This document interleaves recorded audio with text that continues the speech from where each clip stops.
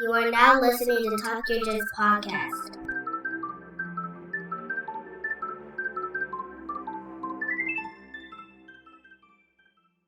Cool. Hello and welcome to the Talk Your Jits podcast. This podcast is, as the name implies, all about jiu-jitsu. I'm your host, Lamar Smith.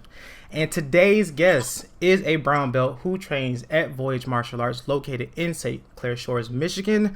Ladies and gentlemen, Lear Kirkland. What's up? What's up? What's up, brother? How you doing today? Good, man. That's good. Like I Glad to be said, here.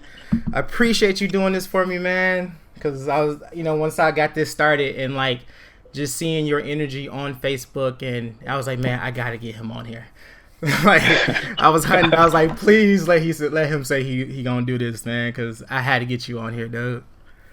Oh yeah, man. Of course, I'm honored, man. Honestly. Yeah, man. This is gonna be fun. So just if you want to go ahead and introduce yourself a little bit more thoroughly, let the people know who you are. Oh yeah, sure. My name's Lear Kirkland. Been training jiu-jitsu about 7 years now. Okay. Like I said, brown belt. Love it. Try to train every day I can. It's pretty much, on the surface, that's pretty much all there is. That's why I let the people know. Right. That's just, hey, man, straight to the point, man. That's what it is. So you said how long you been training? 7 years. 7 years. 7 years. Yeah. Wow. So Yeah. is this like the only martial art that you've been training?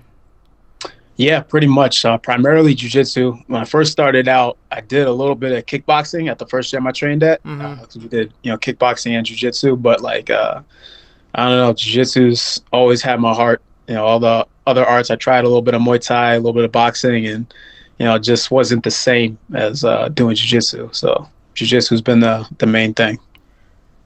Yeah, and I guess I can say the same for me because I've tried, MMA gyms. I've tried a form of karate gyms and stuff like that. But I don't know what it is about jiu-jitsu that just grabbed a hold and just yeah, bro, you in this for life. I never felt that with any other martial art either. So right, there's something special about it, man. I can't tell you exactly what it is, but it just I don't know, it hits something in your soul, Yeah, definitely. And you compete, correct? Yeah, I try to compete as often as I can. So, how I guess, do you remember how many competitions you've done so far?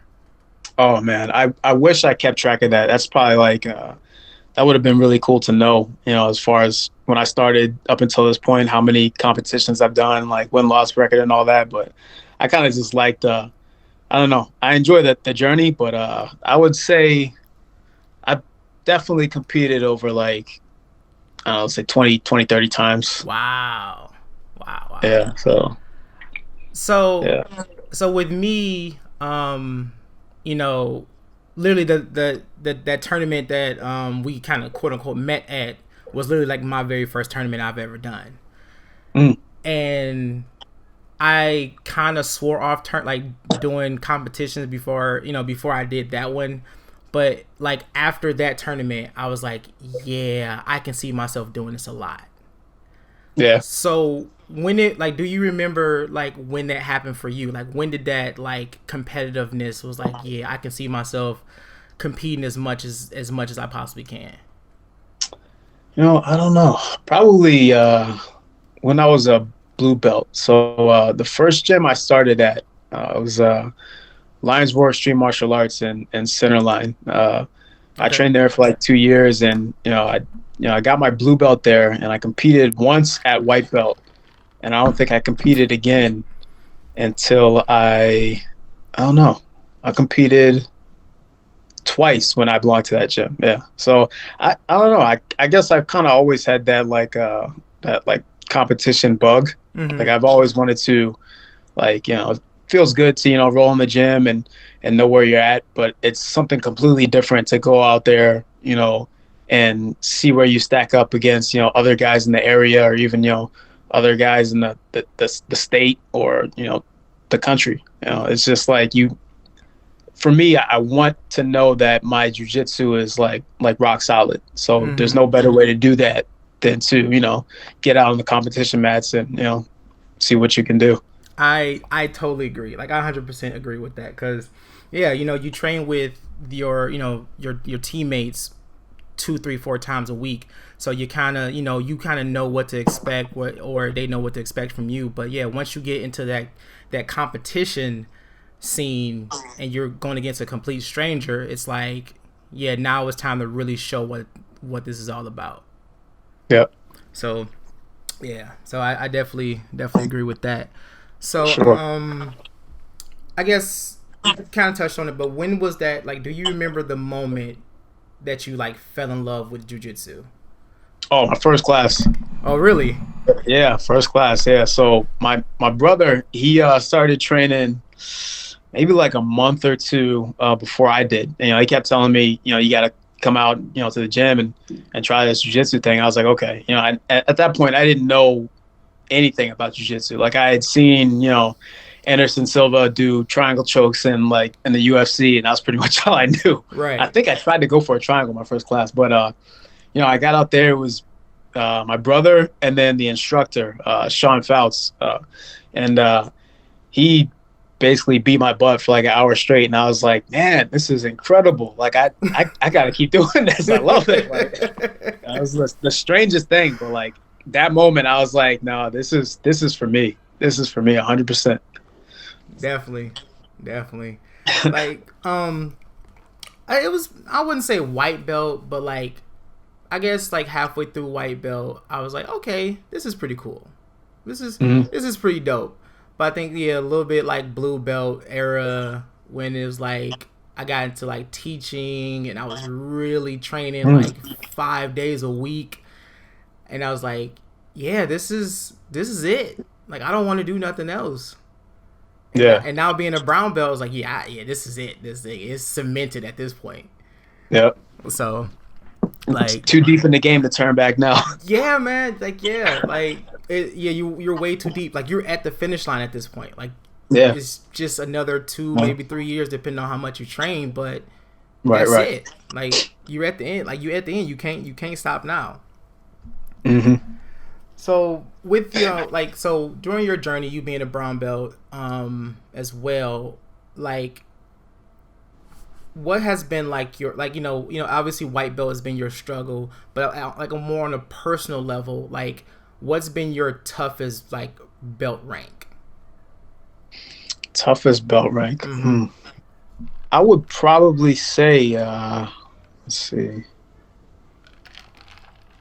I would probably say my blue belt was like the toughest. I had a lot of like good learning experience, like tough lessons, but like good learning experiences.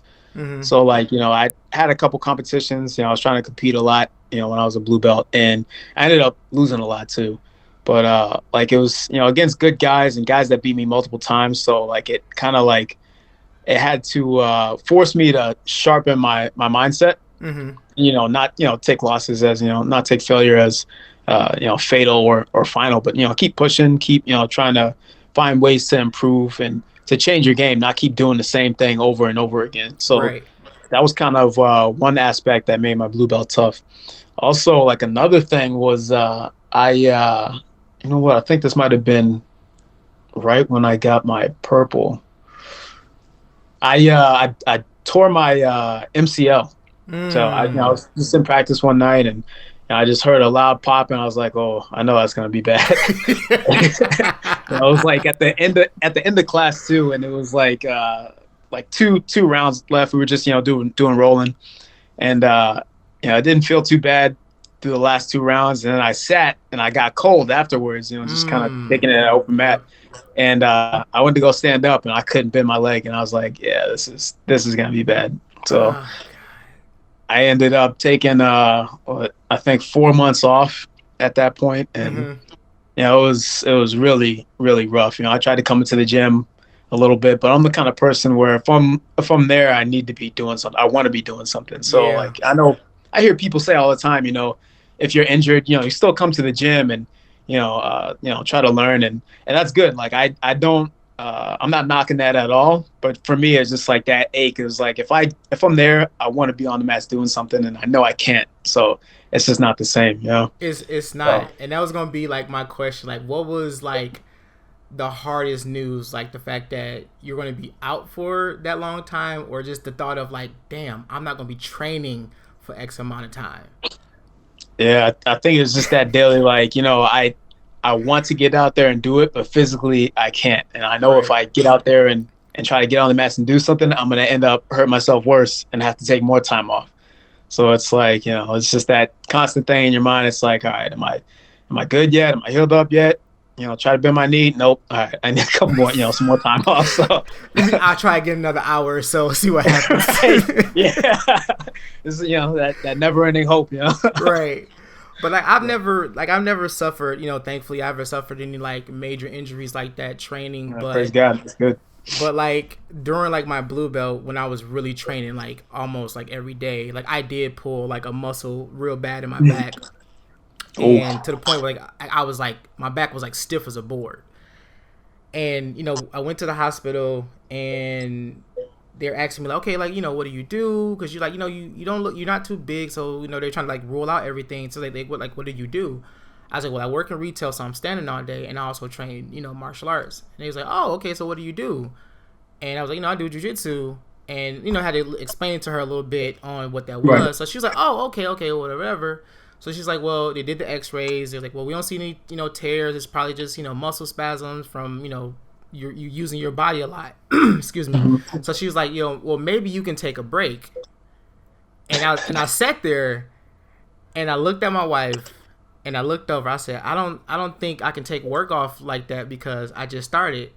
And they both looked at me, and they was like, "No, we're talking about training." I was like, "Oh, nah, nah." So, Yeah. so I'm like, "Nah." Like my wife was pissed at me, but I'm like, I can't help it. I tried like that first day, like class was coming up. And I was like, you know what? I'm going to listen. I'm going to take the day off. But the whole time I was home, I was watching my clock. I'm like, if I can leave right now, I can make it to class. 30 minutes go by, like, okay, warm-ups are probably done, so I could probably just come in, just get a stretch in, and at least watch technique. But I was like, no, if I go in and watch technique, if somebody doing it wrong, I'll be wanting help. So I'm going to get out there. And my wife was like, sit down. I'm like, all right, man. You gotta keep you in check. Man, you got to, dude, because like when it comes to jiu-jitsu, man, I would do this 24/7 if I could. Yeah. So like it's addictive. It's man. addicting. It's so addicting, man. So how have like you've been training for a long time. Like how have jiu-jitsu impacted your personal life, like off the mats? So just meeting people, I feel like that's the biggest aspect where it's affected my life, and just meeting people that I normally through like work experience or just hanging out with other friends I never would have met, and it's like great people. Yeah. Like I if I had take it if I was in like school, like college or high school or whatever, and you see these people, some of these people you wouldn't go out of your way to talk to them, right? But like you see them at the gym in the jiu-jitsu context, and you get to roll with them, and it's like, well, we're basically friends now, even though we just met. We just tried to beat each other up for 5-6 minutes or whatever. And I feel like even though I haven't actually held a conversation with you, like I know you a little bit, right? So it's like and we automatically share that common ground. And it's like, man, this is like a really cool person. Like it's helped me to kind of not that I really do this too often, but kind of dismiss like any kind of like preconceived notions that I have about anybody, because you don't know anybody, right? Right. So just to not hold any kind of thoughts about this person or who they might be, or any kind of that ideas like that, and just actually get to know them before you get to know them. Yeah, definitely. I don't know if that makes sense. I probably explained that really bad. But. No, I get it, because you always have like some kind of like misconception of someone when you first meet them, but right. It's just something about like, you don't know this person from a can of paint, but me and you just try to kill each other for, like you said, for 5-10 minutes, and now we're best friends. Like, hell, I don't even Yeah. remember your name, but we family now. Right. Yeah. like, hey, thank you, stranger, for trying to kill me. And then, you guys are best friends. But Right. it's crazy, it works like that. Like, me, because like, the school I train at, we're a small school. We don't have like, we may, maybe a good 10 to 12 students, maybe on a good day. Mm-hmm. But we all family. Like, we're all family. Yeah. Like, I talk and hang out with like the main core people every single day. Right. Right. Like, it's so crazy. Like, you grow so attached to these people. Mm-hmm. Because granted, it's like, it's almost like a work family. Like, you see them more than your family at home. But it's something about like jujitsu is like, they know me. Yeah. They understand me.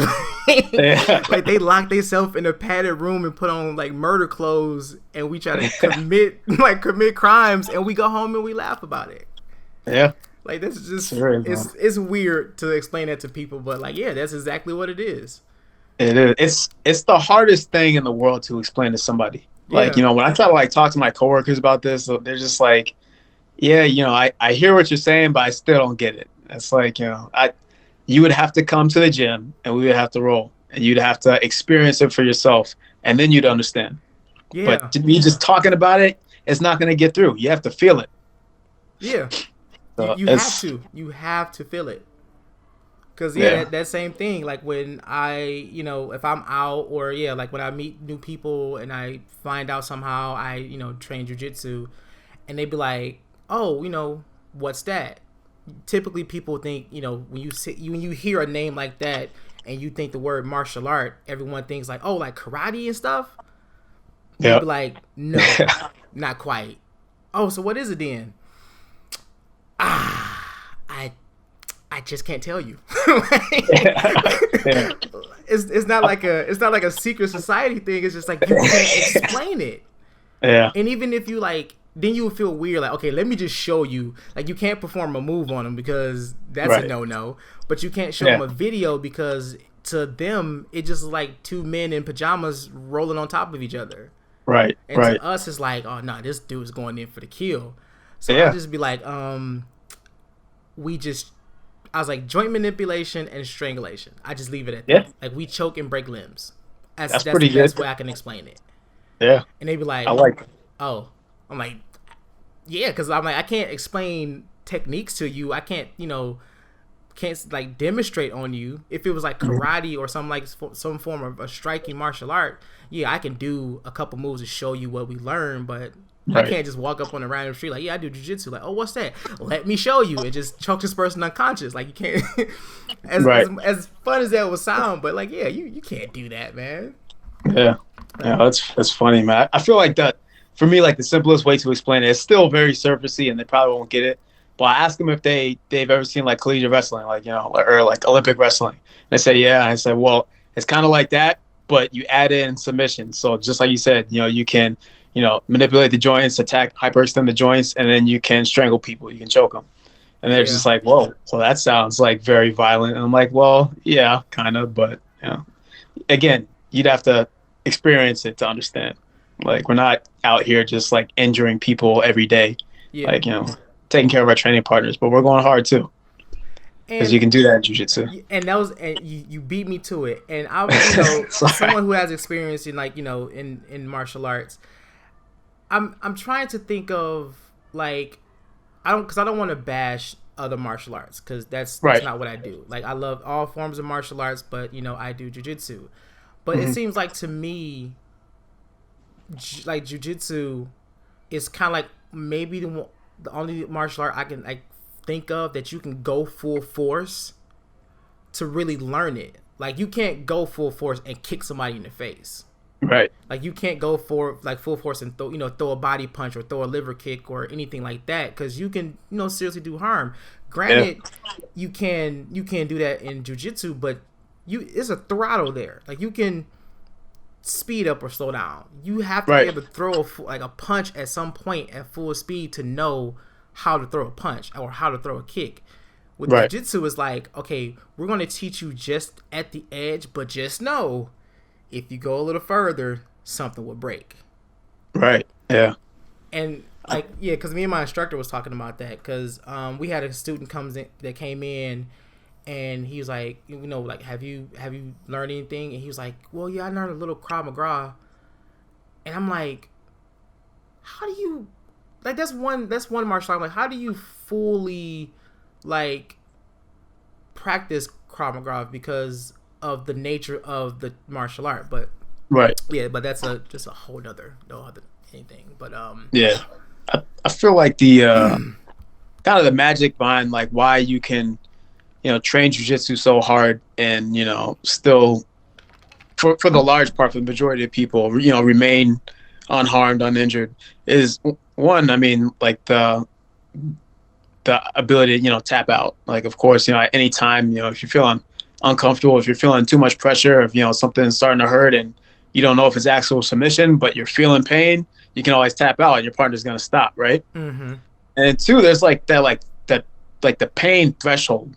Or like, the threshold, when you're getting choked unconscious, like you can feel yourself starting to go out and you're still conscious enough to, tap on your partner or tap the mat, and they'll stop and let go. But, if somebody's like punch you in the face, there's no threshold there. It's just like, bang, I'm unconscious. Bang, I'm in the hospital. Like, there's no threshold there. There's no, gradient. It's just black and white, which, you can respect that too in other regards. When you have to throw hands, that's a great option. But so is jiu-jitsu on the other hand. And I think it's more humble to be like, okay, I got put to sleep by a choke, or I got subdued, but I got hurt, but I'm not like injured to the point where I'm like laying up in the hospital. Right. It's something about that where it's like, dang, that was crazy. Yeah. And there was nothing I could do about it. Yeah. It's like, okay, because you see the videos where like someone will come out from the street, the gym, trying to be a bully, and the instructor grabs like the smallest person in the classroom. Yeah. It was like, handle that. And it's like a 5-year-old just manhandling this like 6'2" bodybuilder, and they're like, what the fuck happened? It's like, like you got controlled and you felt helpless, and now you're humble. Yeah. And I'm like, yeah, you know what? He'll be back for class tomorrow. So. It's very humbling for sure.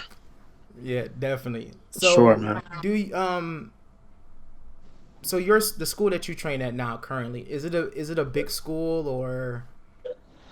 I'd say we're getting to be like a bigger school. So I mean, people are coming in every day, new students and signing up, and it seems like for the most part they're very, very passionate about learning jiu-jitsu, which is cool. And it kind of, for the guys that have been, the guys and girls that have been training for a long time, they don't ever lose the passion, but the fire kind of dims down a little bit and it just becomes routine. And sometimes when you get new people in the door that push you, it's like, oh man, okay, like I'm really liking this again, Yeah. But it's I'd say like a medium-sized school.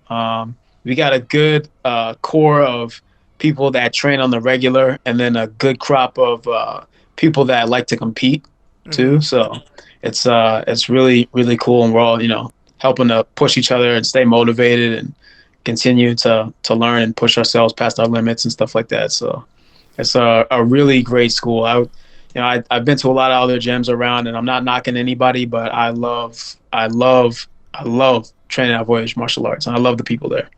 So. Yeah, from your post and your video, I could definitely tell. Like, I could definitely tell it's a good vibe there at that school. Yeah. So do y'all have do y'all have like a separate program for like people who want to compete versus people who just want to train, or is it just like one big class that y'all have? So like the adult classes throughout the week, we have adult classes every day. And then, open mats on Friday. And then, so Mondays, Tuesdays, and Wednesdays after the adult class, we have competition classes for people that are interested in competition. And you don't actually have to be a competitor to jump in the class, but it's going to be a different pace than the adult class. And there won't be, hardly any instruction. There's a lot of drilling and a lot of rolling, a lot of situational, things, and a lot of high intensity rolling. So it's not for everybody, especially if, it's your first first week or first day. You just had to jump in. We've had people do that, and like some of the guys and girls, to their credit, they make it through, and it's like, all right, well, good on you, but you might not know enough to really be effective in this class to really get the most out of it that you can. So don't discourage people from trying the competition class, but I try to encourage them to build a good foundation. And Bill and Jay, they do the same thing. The coaches there, they try to encourage people to build up a good foundation before you jump into the comp class, because it's like you're getting thrown into the hurricane, to that to the mayhem. So welcome to the madness. Definitely. But yeah, and it's crazy. Like some of the people that I've talked to on Facebook, or I've seen like people post about like schools, and it's crazy to know that there's a lot of like jiu-jitsu schools that competing is like a requirement. Yeah, I've never heard that. Really? Yeah, that's kind of wild. Yeah. I'm like, wait a minute, it's required for you to compete, and because it's I think they were like a white belt or something of the sort. And they were like, yeah, I've been training for X amount of time, and I, found out that I have to compete, and my instructor signed me up for this tournament that I know I'm not ready for, but he said it's a requirement, so I have to do it. What should I do? Find another school. Like, like I don't know what else to tell you. Like, that is so crazy and intimidating to think that there are schools that function that way. Right. And because our school, we're not a competition school. We're purely a martial art school. It's not frowned upon if we want to compete or not. Because I just threw my hat into the ring of competing. I have two other we have two other guys that are MMA fighters. So everyone is welcome, but everyone is but no one is pressured either. It's like, hey, you want to come and learn the martial art? Come on. Right. If you want to learn something else, we'll try to accommodate that too. But yeah, nothing is like, because we had people that came in. It was like, do y'all compete or do y'all do anything? Is that a requirement here? And we're like, jeez, no, like, yeah, no. Like, that's just so weird to me. But I guess to each his own. Yeah, that's pretty wild. I've never heard that before. To compete as a requirement to belong to the school. That's wild, man. Yeah, but I mean, I can't say because I don't, I'm not, I haven't been to any other schools like that. But right, those, I'd be curious about that, like the high competitive, schools. That's like, that's strictly like competitive jiu-jitsu. Like, what is your curriculum for people who wants to just get in shape? The people who just want to learn the martial art or whatever the case may be. Is it something different? Do you like shun these people away? Like, so many questions. Like, so many questions. Serious, especially because I feel like competition is so, at least for me, it's so anxiety inducing. Yeah. And like I said, like I try to compete as much as possible, and I've competed a lot, but still every time I register for a tournament, my heart starts pounding. Every time I think about it, up until the time I step on the mat, my heart is pounding, So like, to put that on somebody who's, only been training for like 3 weeks or 3 months, like that's first day. Like, yeah, that's like, man, it's like, well, I don't know, that's wild. That blew my mind right there. Yeah, but you like think about like like I was talking to another guest I think the episode before this, and we were talking about like when kids compete, because like in my daughter, she just started her training jiu-jitsu like last month. So she's like, is she gonna compete too? And I was like, I don't know. If she wants to try it, I'm going to encourage her to do so, but I'm not going to push it on her. Right. But right. Like when you go to these tournaments, you've obviously been to quite a few. Like, you see these kids there. You have some kids that's like, oh, I want to do this. Like, let me off the chain. But do you have those kids that's like, why am I here? Right. Like, what am I doing here? Yeah. And, the parents be on the side like, you go get him, and they're fighting for grips. They're crying, turning red, freaking out. And it's just like, what is going on here, man? Like, what is this? Yeah. But like Man. I've competed in one, but I've been to a couple, and that's the main thing you see is like kids. Yeah. Like 90% of them are like on the sideline crying because Yeah. they either got slammed wrong, they got caught in something, or they just don't want to be there. Right.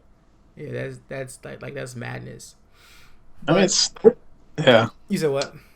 No, I said I feel like it's tough to deal with, like, like losing and I guess failure, if you can call it that. At that age, when you're a little kid, it's like, oh, I suck. People, I still feel that way when, I'm 33 years old. When I lose, it's like, oh man, is this really for me? Like, but but like, as a kid, it's like amplified, because you feel like you let your parents down or whatever, and it's just like, you're embarrassed and all that. But I don't know, like, kids are I love watching the kids compete. I feel like I learn so much. Yeah. And two, a lot of the kids matches, like, they are way more exciting than the adult matches. Yes. Like, these kids, like, they don't stop moving. They're going for it. They're taking down. They're passing the guard. They're sweeping. It's just like, some of those matches are wild. And it's like, I get so hyped up watching the kids matches, man. And I feel like it kind of like fuels me. It's like, all right, well, I don't want to stall. I want to move around, constantly. I want to, create these angles and all this kind of stuff. And like, I don't know. You can learn a lot from watching anybody, but the kids matches, some of those matches are real lit, Yeah, like I highly, if anyone listens to this who's not in, like, who haven't done jiu-jitsu, like, there are tournaments all over the place. Like, you can easily go find a tournament in your city. The most you'd probably pay is like $15 for entry. Just go. Right, spectator, yeah. As a spectator, just go. It's the kids. There is so many of them, so they're like usually first, so they're like 9, 10 in the morning, sometimes earlier depending. But you go watch these kids roll. It's like it's mind blowing. Like you said, like you get more excitement watching these kids than the actual adults. It's inspiring, man. It's very inspiring, because this one like in-house tournament I went to, and I'm sitting on the sideline, and like you can tell which family or which kid is like really, really into it. Right. It's like they're on the match, they're drilling, they're going over techniques and everything else, but you got the other kids just running around. It's like, okay, that kid's gonna get destroyed. That kid's gonna be a monster. I don't even think this kid is even gonna get on the mats, because he's just like not into it.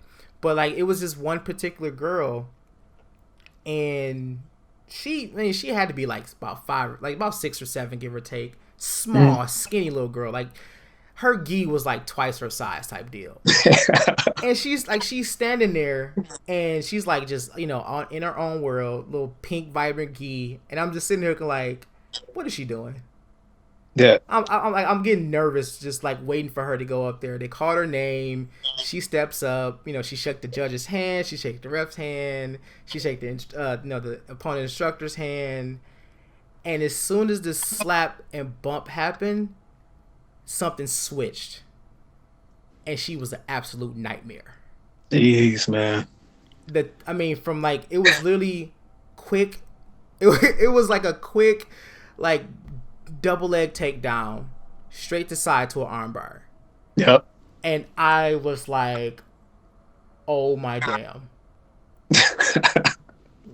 What was that? Like, oh my God. Like, it was the most craziest thing I ever saw. Right. And I literally was watching her the whole entire tournament. Like, did she win? No. I don't think I'm not sure if she won or not, because by the time they got like later in the rounds, one of my training partners was starting, so I didn't really get to finish. But it was just like, what's her Instagram? Like, I need to follow her. Like, I want to follow what this little girl do. Because it was gotta be a legend when she gets older, man. I'm hoping. I am so hoping that to this day this girl is still training. Right. Because what she did was like, it was you can tell it was drilled step by step, but it was just like so fluent, and the little boy that she was rolling with was not expecting it. Yeah. Man, I help out with the kids class at the gym, and It's like it's interesting to see, like, after a while, of course, when they first learn their moves, like they're really thinking about it, and you have to, get them back on focus, back on, track of, what the move is supposed to be. But you see them do it like during live training, during rolling, or even out on the competition mats, and it's like there's no thought. It's just like action. Yeah. They just like it's a part of it's like breathing for them. And that's when it's just like, wow, they get it. And two, that was incredible. Like to be honest, I was not expecting that. And it's so cool to see. And, it's, again, like some of the kids that, they don't seem that, athletic, but, after a couple months of training, they're hitting these moves consistently. And you're just like so impressed and so proud of them, Yeah. It's really cool to see. Really cool to see. Cause like I was helping teach kids class, like back when I was like a mid blue belt. Mm-hmm. So I've seen kids come and go, and after a while it was like maybe like one or two kids, and then we just like kind of cut kids class altogether. Mm-hmm. And then as of recently, we got kids class back, and by this time my daughter was old enough to join class, and so I asked her, I was like, you want to join class? And she was like, yeah. But it was like no thought into it. She was like, yeah, because she already like enjoys like coming to class with me because she likes to be under me. Mm-hmm. But I wasn't actually expecting her to actually like enjoy coming to class. Right. Because like, I'm like, okay, maybe she's just doing it because I'm here, blah, blah, blah. But her first day, got her a gi and everything else. And she sat down and she was like in the zone. We were going over like principles and, and things, snakes or shrimps, some schools call them. And she caught on to them. And it got to the point like now, by the time I get home from work, she'll be home from school. She'll be waiting at the door. Yeah. Like, hey, we going to class today? I'm like, yeah, baby, we're going to class today. And I'll come in the house, and she'll follow me in the house to make sure I don't leave her. Mm. And I'm like, I'm not going to leave you. Like, we're going to class. Okay. Or it could be the other day, like, Dad, today's Monday, right? Like, yeah. So that means tomorrow is Tuesday. Yep. So that means we're going to class tomorrow, right? I'm like, yeah, we're going to class, baby. We're going to class. So, but yeah, man, just seeing her just like blossom to like this little monster that she's becoming, because she's grasping on to like takedowns and snakes, and we haven't necessarily gotten to submissions with her just yet, because we're just trying to get them used to moving on the ground and things of that nature. But man, it's like another couple months, she's gonna be nice. I'm not just saying this because she's my kid, but I'm just saying in the sense of like she's very, very smart. Yeah. Very, very intelligent. But also it definitely did help her confidence a lot too. Yeah. For sure. Like, a lot of people put their kids in martial arts for a confidence booster, and I am like 1,000,000% all for it. Yeah. Like, if you can get your kids signed up into whatever, hell, get them signed up into jiu-jitsu. The school, Voyage Martial Arts definitely always accepting students. H2O Martial Arts in Oak Park is definitely always accepting students too. But yeah, I definitely highly recommend that you get you get kids into it and get to it like early. And watch your kid like change. Like, it's a mental game, so you have to focus, you have to learn. And this is one of those things where like you get out what you put in. So yeah, you do. Yeah, for sure. Definitely encourage it.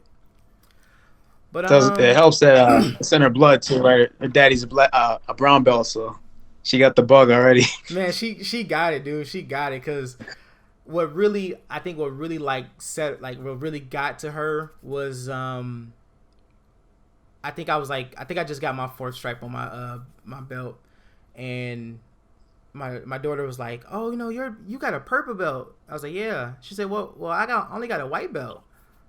I was like, "Well, you'll get to it. You'll get to a brown belt. I mean, you'll get to a purple belt or whatever." And she's like, "Yeah, because I really want a purple belt." And then my instructor was like, kind of like walking past, and he said it like fast, like he's not gonna be a purple belt for long. And my daughter was like, huh? I was like, yeah, I'm gonna be tested for my brown belt, which is the next belt. And her face just like lit up. She's like, you get another one? I was like, yeah. And she was like, oh, I want all of them. I'm like, I was like, you gotta work for it. And she's just like, yeah, because I want one. And, a couple classes later, she got her first stripe, and that was it, bro. She was looking at that belt like she just got it black. She's like, "Hey, look, I got a stripe." I was like, "Yeah, I was there." She's like, "I'm gonna get a purple belt soon." I was like, "Keep going," but it's amazing, man. It's amazing. Yeah, it's really cool. Yeah, definitely fun to see kids grow. I mean, it's fun to see a lot of people grow in jiu-jitsu, but especially like kids, especially kids. Yeah. So back to you competing and like just your average training. Like, do you kind of keep that same pace or regimen that you follow when it's time to do your when you time for competition, or do you kind of like switch it up depending like how far out the tournament is? So I kind of like train the same way. Whether I'm competing or not, I always try to like train like I have a competition at the end of the week. Okay. Like every week, that's kind of how I train. And I kind of did this like it wasn't on purpose. I was just like I just wanted to stay in competition shape. But we had a seminar about a year ago, and Kolabate from Atos came and did a seminar at our gym. And somebody asked him a question about like, what do you do to stay in competition shape and like your mindset and all that? And he's just like, well, the biggest thing is I'm always in competition shape. I don't do camps. I'm always training for competition because, one, that guy competes like crazy often. Mm-hmm. And obviously he's one of the best guys in the world, even at a young age. Mm-hmm. But like that kind of like clicked with me. And I was like, oh, okay. Well, I kind of trained as, like every day, with the mindset of competing, but like to actually, I don't know, to hear somebody else say it kind of just like made something click in my mind where it's like, oh, I need to do this instead of thinking about getting ready for competitions. Always be ready to compete. Yeah. Always be ready to go at any time. Like, on site, just be ready because you never know when, somebody's going to, call you or message you and be like, hey, you want to jump in this tournament? And, if you decide to say yes, you don't have to worry about, oh, man, I need to, get in shape. The biggest thing you have to worry about is, all right, do I have to cut weight? Do I, am I good on that? Which is, a different battle in and of itself. But just being competition ready, one, in your mindset, and two, like your, physical, your stamina, like your, techniques that you're working on, that kind of thing. Like, just always being ready to pull the trigger whenever. I feel like that's a good thing rather than having camps to prepare. Right. Right. So if you want to be, a competitor like that, but right. Of course.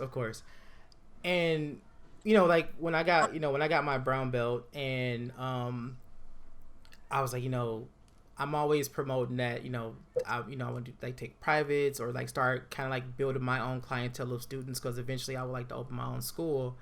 And me being an artist, and even you being an artist as well, like these are one of those things where you kind of have to show you can do it.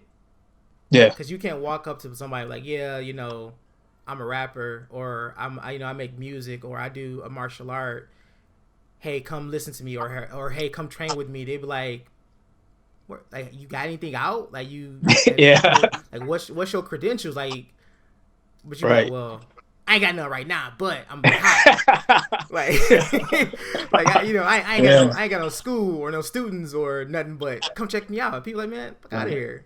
That's that gas station hustle, Yeah, exactly. Like, just $5, man. I come show you. Like, I got my cardboard right here. I can show you a couple techniques, man. Just go sign up. But it'd be like that. But I told myself like, I have to think of it in the artist form. Like, if people want to take me serious, I need to show them that I have the credentials to back it up. Mm-hmm. Not just to prove a point, but just like, yeah, this is the stuff that I do. This is the stuff that helped me. But, I've been posting a lot about like my weight loss and me constantly training, so people are getting like a little bit of interest in it. But like, Right. it's just like I really want them to show like, look, dude, if I can do it, obviously you can do it, and whatever the case may be. So I signed up. Well, I haven't signed up yet, but because I don't think the registration opened. But there's a tournament in January. Okay. That's coming up, and I was like, I'm gonna sign up for that, and it'll be literally my second tournament, but my first tournament at brown belt. Yeah. And I'm like, oh, this is gonna be another level. Yeah. I need to kick it up.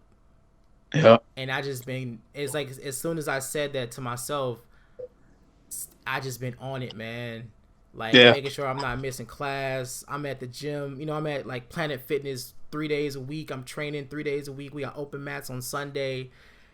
And I'm just going. I'm like, dude, this is not healthy, but I love it. like I love it. Like this is it is and it isn't. Yeah. Like, it is, but it isn't. Like, yeah, you get in shape, but like, dude, slow down. You're not young. Like you're in the mid-30s, bro. You gotta slow down. Yeah. But yeah, man, it's like because because I don't want my I don't want my next experience at a tournament to go like the first one did. But granted, the guy I fought was like freaking humongous of a person, but it was still fun nonetheless. But I was like, yeah, I was heavier than what I was now, because I think when I did the tournament I was like 245 ish. Mm-hmm. So I was like super heavy. Okay, yeah. And then with tournaments, like they'll have 10-12 people sign up, but only 5 show up. Yeah. So it was just like the two heaviest people. So he was like, us two ultra heavyweights had a little bracket. Then the super heavy had a bracket. And I think like the mid or light had a bracket. So it was just literally just me and him. Mm-hmm. And this dude was strong. Yeah. Like he was freakishly strong. Like nothing. I couldn't get no underhooks. I couldn't get nothing under him. And he just walked through me. I was like, yeah. For one, that's not happening again. And two, I gotta drop this weight down so I don't have to fight no super heavies anymore, man. Like that's dead, dude. Like can't do that no more. Like, yeah, jiu-jitsu makes you recognize all that stuff. It's like, all right, I'm tough, but maybe this weight class, this division isn't the one for me. I might try to do this one over here, Right. See how it goes next time. Let me kind of pick a fight with the smaller guys. I might have a better chance. Yeah. But, I mean, that's all part of strategy too, Yeah, got to, man. You gotta find your lane, man. You gotta. Yeah. Yep. Man. That's funny. Yeah. That's funny, man. But is there anything else, man? If you had any questions for me, or if there anything that you're working on, hopefully I can get this episode out before whatever you're working on releases. But yeah, man, if you want to, I meant to do this the other day with the other students too. But if you want to plug your school, man, give a little bit more history about that or whatever you're working on before we sign off. Yeah. Well, I do want to say huge shout out to Voyage Martial Arts, to Bill Conkle and Jason Wilhelmson and everybody else at the gym. Love those guys. I respect everybody there. And it's, to me, probably my favorite place to be in the world is at the gym with these guys. Just getting it in. So huge shout out to them. As far as stuff that I'm working on, I did drop a jiu-jitsu rap album in December of 2021. So it's called the Gift Rap Volume 1. It's available on Spotify, on Apple Music, basically anywhere you can download and stream music. You'll be able to find it there under my artist name, Lyrical, Leyrycal. So and shout out to Stevie Starlight for giving me that nickname. That's an awesome nickname. Yeah, I was just releasing music on like YouTube, just like doing like covers and stuff like that on YouTube. And he's like, dude, you need a rap name. I'm just like, oh, I'm just use my my government name. And he's just like, nah. He's like, you should call yourself Lyrical. And I was just like, I'm mad at you right now. Because I didn't think of that first. Like, why? It was right there the whole time. I didn't think of it. I was just like, man, I love you for that one. But yeah, so shout out to him. I am planning on releasing a volume 2, a second album, And right now I'm working on that. I'm kind of just compiling tracks and continue to write, all the stuff that goes on into that, and just conceptualizing, I guess what it's gonna look like for the second album. But yeah, if you guys, anybody that's listening, if you want to check that out, if you haven't already, like I said, it's available on Apple Music, Spotify, all that stuff. You can check my Instagram, follow me on Instagram at lyrical89 or at for the art BJJ. So for the art BJJ is where I post all my memes. That's strictly jujitsu. The other Instagram is my music and all that stuff. So they blend occasionally. It's life. They blend, but yeah, you can check me out there. And yeah, that's pretty much all I got. Oh, I am doing a tournament, not a tournament, but it's a super fight show. A really cool thing, like for like the Detroit metro area. Grapple in the Temple 3. So that'd be at the Masonic Temple in At the Detroit. Masonic Temple, Yeah. I missed the last one. Dude, man, that is an incredible show. Like I've been to all three. I watched the first one in person, live in person.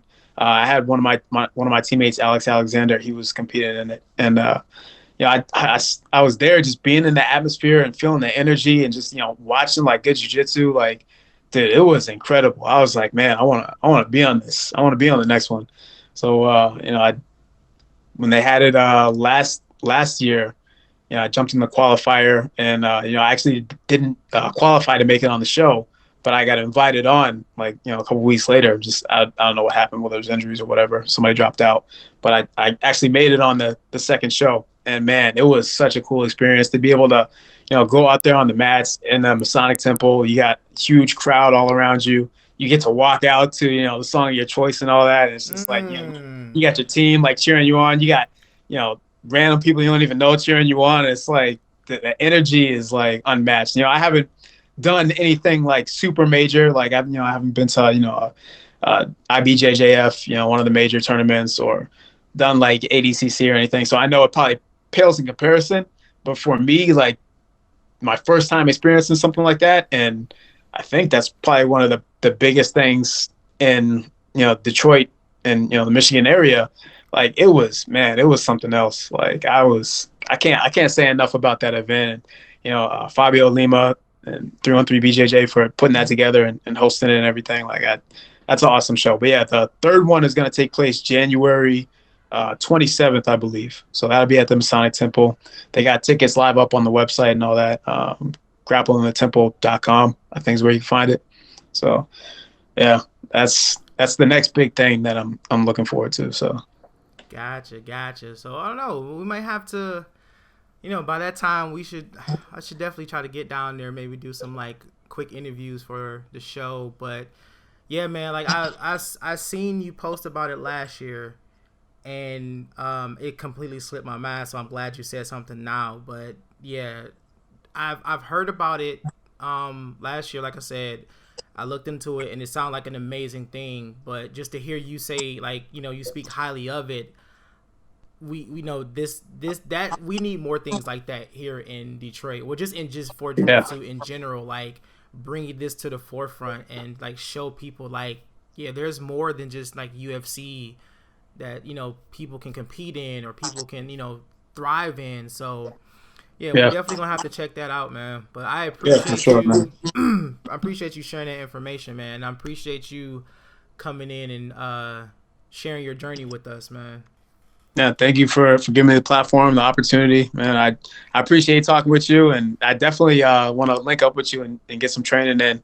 One of these days in the next couple of weeks or something like that. So we gotta link up, man. Most definitely, man. Like you're not too far from me, but we'll definitely make time to link up, man. But yeah, for sure. But yeah, that's the end of today's episode. I would like to thank my guest again, Lear Kirkland, for coming in and sharing his experience with us.